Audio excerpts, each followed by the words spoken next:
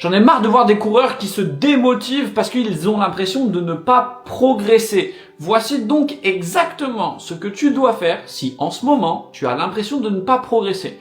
La première étape, ça va être de définir tes besoins et donc tes zones d'entraînement à toi. C'est exactement comme aller de Paris à Marseille dans les années 1700 avec aucun GPS. Ça va te prendre des semaines voire des mois. VS, aujourd'hui, ça te prend 3 heures.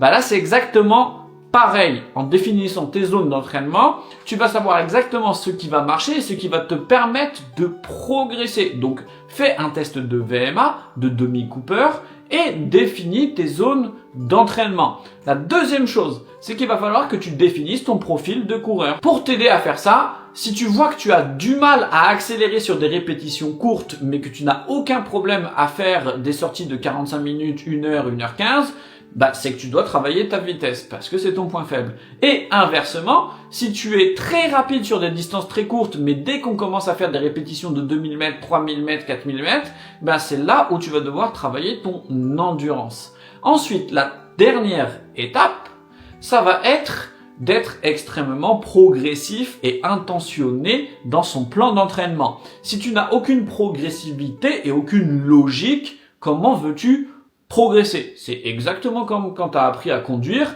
T'es pas passé de passer la première à aller faire une insertion sur l'autoroute. Tu as passé des étapes. La course à pied, c'est exactement pareil. Dis-moi, quel est ton point de blocage en ce moment?